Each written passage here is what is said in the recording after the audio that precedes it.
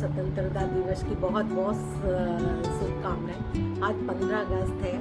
ये कोई कैलेंडर की तारीख नहीं है, ये वो तारीख है जो लंबे संघर्ष के बाद हम अंग्रेजी शासन से मुक्त हुए। आखिर आज़ादी का मतलब क्या है? आज़ादी का मतलब क्या है? आप समझ रहे हैं?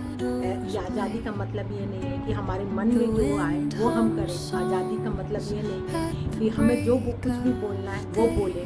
आज़ादी का मतलब ये भी नहीं है हम किसी का भी अपमान करें। आज़ादी का मतलब क्या है आप समझते हैं? समझाती हूँ कि आज़ादी का मतलब क्या है। लंबे संघर्षों के बाद हमें आज़ादी मिली थी। कितने साल लगे इस आज़ादी को पाने में। 1857 का अंग्रेजों के विरुद्ध विद्रोह बहुत बड़ा था। उसी से ये भावना पनपती गई और इसमें किसी एक का हाथ नहीं था। बहुत लोगों ने इसमें अपना साथ दिया है और संघर्ष किया है इसके लिए। अंग्रेज शासन के प्रति जन भागीदारी थी, सबका संघर्ष था, किसी एक नेताओं का नहीं। इसमें हम सब भारतीयों का बहुत बड़ा योगदान था। इतने भारतीय परिवार थे जिन्होंने इसके प्रति संघर्ष किया। किसी ने लाठियां दी, जेल तक गए, किसी ने नौकरी छोड़ी, अपनी जान तक निछावर की। शेखर आजाद, भगत सिंह, बिस्मिल्लाह खान और महिलाओं में सरोजिनी नायडू, रानी लक्ष्मीबाई, बहुत ऐसी महिलाओं ने भी अपना सहयोग दिया। तब हमें जाके आज़ादी मिली। इतने हजारों नाम थे जो किताबों में भी नहीं लिखे। फिर वो दिन आया जब हम 15 अगस्त 1947 को हमें आज़ादी। आज़ादी का मतलब सिर्फ अधिकार नहीं है, हमारी जिम्मेदारी भी है। हमें बोलने का अधिकार है, हमें शिक्षा पाने का अधिकार है, हमें कुछ बोलने का अधिकार है। परंतु इसका मतलब ये नहीं, हर अधिकार के साथ एक जिम्मेदारी भी है। अगर हमें बोलने का अधिकार दिया है तो मुझे ये भी देखना चाहिए कि बोलने के साथ है कि मैं कहीं गलत ना बोलूं। अगर मुझे बात रखने का अधिकार दिया गया है तो ये नहीं है कि मैं झूठ फैलाऊं। मेरी आज़ादी वहीं तक सुंदर है जहाँ तक किसी की गरिमा और अधिकार को ठेस न पहुँचे। आजकल आज़ादी का गलत प्रयोग हो गया है। हमारे पास वीडियो क्या आ गए, हम वीडियो से कभी कभी ऐसे नुकसान पहुंचाते हैं, ऐसे वीडियो बनाते हैं जिससे दूसरों को भी नुकसान हो सकता है, ठेस हो सकती है।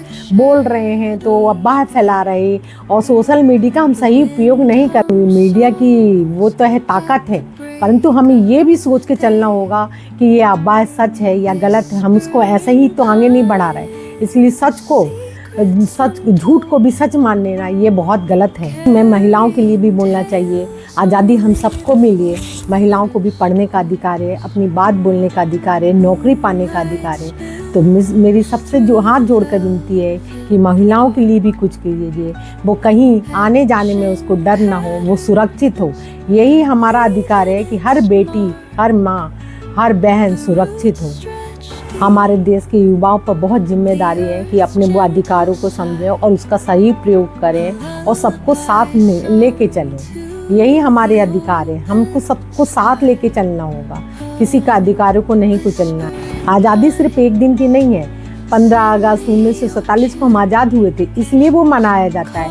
परंतु उसको गलत तरीके से लोग उसी दिन बस राष्ट्रभक्ति के गीत गाते हैं, तिरंगा लहराते हैं और फिर तिरंगे का अपमान भी करते हैं। तो प्लीज़ हर दिन हम स्वतंत्र हैं, हम स्वतंत्र हुए हैं और आज़ाद हुए हैं। बस वो एक तारीख है 15 अगस्त। हमारी देशभक्ति तभी साबित हो सकती है जब हम देश का मान रखें, देश के कानून का मान रखें, एक दूसरे की सहायता करें, उसको दखल ना दें, किसी के कामों में दखल ना दें। हम अपने देश की संपत्ति को सुरक्षित रखें और हमारी जिम्मेदारी है हम अपने आसपास के घर के बाहर जो कचरा होता है, बहुत चीज़ें हैं, बिजली है, पानी, उन सब की बचत करके भी हम देश को अपने योगदान दे सकते हैं।